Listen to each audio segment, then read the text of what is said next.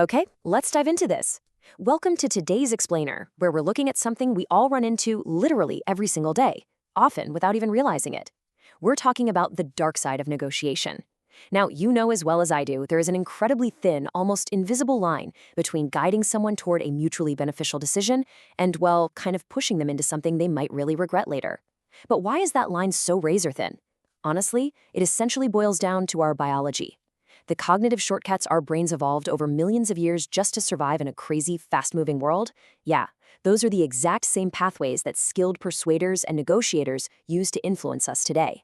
When we really look closely at how the brain processes information, it's wild to realize that our ancient survival mechanisms can be seamlessly hijacked, whether you're in a high-stakes boardroom or just having a casual chat over coffee. So, do you want to learn how to influence people a bit more easily? Have you ever found yourself just saying yes to something you normally wouldn't, and later you're sitting there wondering, wait, why did I agree to that? You walk away, look back, and realize you completely caved on your position, but right in that moment, it felt perfectly reasonable? Well, today, rather than just skimming over surface-level tips and tricks, we're going deep into the mechanical levers of the mind. We're exploring the underlying psychology and neurobiology that actually dictate how we yield to influence. Because whether you're navigating a massive business deal or just a tense conversation at home, understanding these mechanisms strips away that illusion of pure free will in the moment. It reveals the deeply programmed responses we all share. We're going to unpack the specific, highly effective psychological secrets that sit right on that jagged edge between influence and manipulation. So, the crucial point is understanding Section 1, the master key, contrast.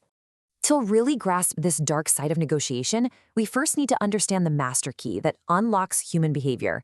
We're talking about the principle of contrast.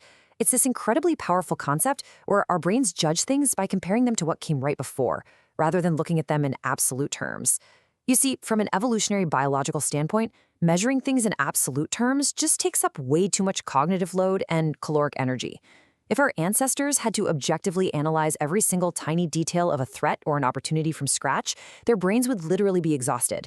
So evolution gave us this highly efficient shortcut, relativity. We don't actually have to know exactly how fast a predator is running, right? We just need to know if it's running faster than us. We are fundamentally wired for comparison. Think about it. We don't judge if a weight is inherently heavy, we simply judge if it feels heavier than the last thing we picked up. Contrast is the underlying algorithm through which we process reality. And once a savvy negotiator figures out how to calibrate that algorithm, they can fundamentally change how you perceive, well, almost anything. Let's move to and see how this builds in Tactic 1, fear, then relief. Okay, let's see how this plays out in a highly calculated interaction. The fear then relief tactic takes that principle of contrast and applies it directly to our physiological state. First, you introduce a sudden, sharp stressor that puts the person entirely on edge. This triggers an immediate, visceral, biological response, a massive spike in cortisol and adrenaline. Your fight-or-flight system is fully activated, alarms are blaring.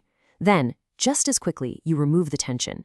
You let all that air right out of the balloon. What happens biologically next is profound. That sudden drop in cortisol is immediately replaced by a massive, rushing flood of dopamine and endorphins. This intense neurochemical swing actually impairs your prefrontal cortex, the logical, critical thinking part of your brain.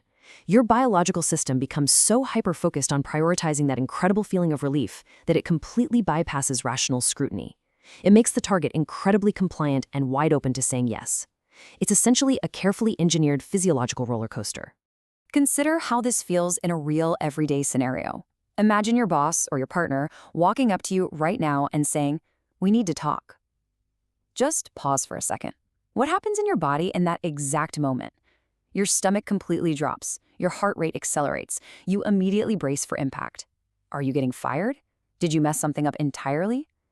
That right there is the tension phase, and it demands huge amounts of mental energy. But then comes the immediate follow-up. Nothing serious. I just have a small favor to ask. Oh man, that sudden wave of relief is intoxicating, isn't it? But there is a hidden mechanic at play here, something called cognitive depletion.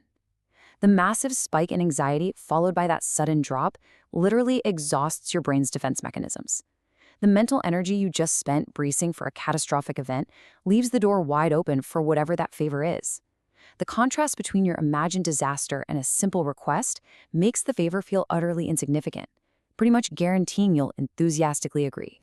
Which brings us to Tactic 2, the door in the face. Now, what's really interesting about this slide is how deliberate rejection is actually the entire foundation of this next strategy. You are literally planning to fail right out of the gate.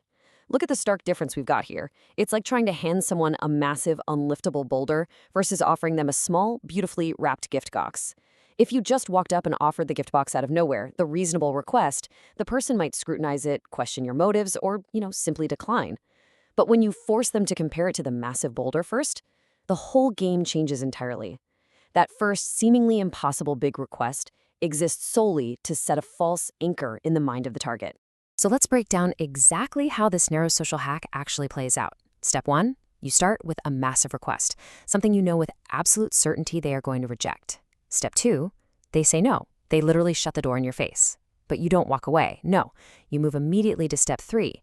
You follow up with your smaller, actually intended request. Now, why does this work so flawlessly? Well, it leverages a deep psychological concept known as reciprocal concession. When you retreat from your massive request down to a smaller one, the other person's brain automatically interprets your retreat as a concession, a favor you are doing for them. And human social norms are incredibly powerful, right? They dictate that a concession must be met with a concession.